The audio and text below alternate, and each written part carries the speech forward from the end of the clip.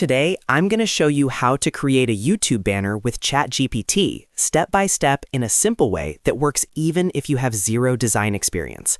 This is a fast method for making a clean, modern channel banner that looks professional and helps your channel stand out. If you find this tutorial helpful, make sure to hit the like button and subscribe for more easy tech tutorials just like this one. All right, let's get started. First, open ChatGPT in your browser or app. Once you're inside, you're going to give it a clear prompt so it understands exactly what kind of banner you want. For example, you can type, "Create a YouTube banner, 2560 by 1440 for a tech channel, modern style, clean design, with channel name in center." The more specific you are, the better the result will be. After you send the prompt, ChatGPT will generate a banner concept or help you build the design prompt you need for an image tool.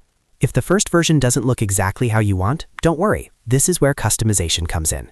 You can refine the prompt by asking it to make the design minimal, add colors, improve text placement, or make the banner feel more bold, sleek, or futuristic depending on your channel style.